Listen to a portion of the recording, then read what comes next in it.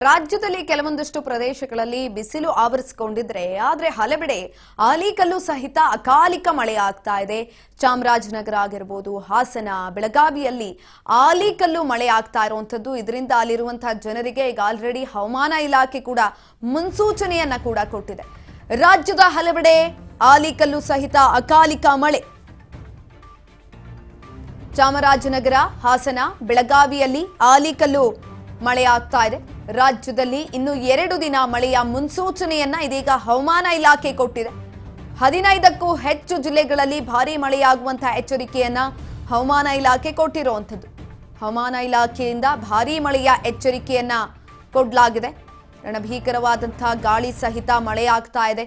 ಒಂದ್ ಕಡೆನಲ್ಲಿ ಬಿಸಿಲು ಜೋರಾಗಿದೆ, ಜನ ಬಿಸಿಲಿಗೆ ಬೆಂದೋಗ್ತಾ ಇದ್ದಾರೆ. ಇನ್ನೊಂದು ಕಡೆನಲ್ಲಿ ಅತಿ ಹೆಚ್ಚಿನದಾಗಿ ಮಳೆ ಆಗ್ತಾ ಇರುವಂತದ್ದು. ಕೇವಲ ಮಳೆ ಅಷ್ಟೇ ಆಗ್ತಾ ಇಲ್ಲ, ಆಲಿಕಲ್ಲು ಮಳೆ ಆಗ್ತಾ ಇರೋದು. ಇದರಿಂದ ರೈತರು ಬೆಳೆದಂತಹ ಬೆಳೆ ಹಾನಿ ಆಗ್ತಾ ಇದ್ರೆ ಒಂದ್ ಕಡೆನಲ್ಲಿ, ಇನ್ನೊಂದು ಕಡೆನಲ್ಲಿ ಜನರಿಗೂ ಕೂಡ ಓಡಾಡೋದು ಕಷ್ಟ ಆಗ್ತಾ ಇದೆ.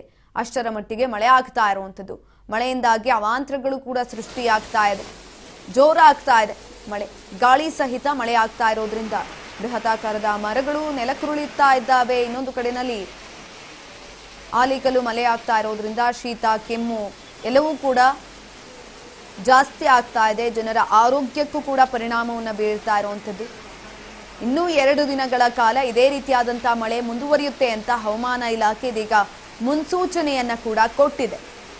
ಹಲವು ಕಡೆನಲ್ಲಿ ಆಲಿಕಲ್ಲು ಮಳೆ ಆಗ್ತಾ ಇರುವಂಥದ್ದು. ಚಾಮರಾಜನಗರ, ಹಾಸನ, ಬೆಳಗಾವಿಯಲ್ಲಿ ಆಲಿಕಲ್ಲು ಮಳೆ ಆಗ್ತಾ ಇದೆ. ರಾಜ್ಯದಲ್ಲಿ ಇನ್ನು 2 ದಿನಗಳ ಕಾಲ ಇದೇ ರೀತಿಯಾಗಿ ಮಳೆ ಮುಂದುವರಿಯುತ್ತೆ ಅಂತ ಹವಾಮಾನ ಇಲಾಖೆ ಮುನ್ಸೂಚನೆಯನ್ನ ಕೂಡ ಕೊಟ್ಟಿದೆ.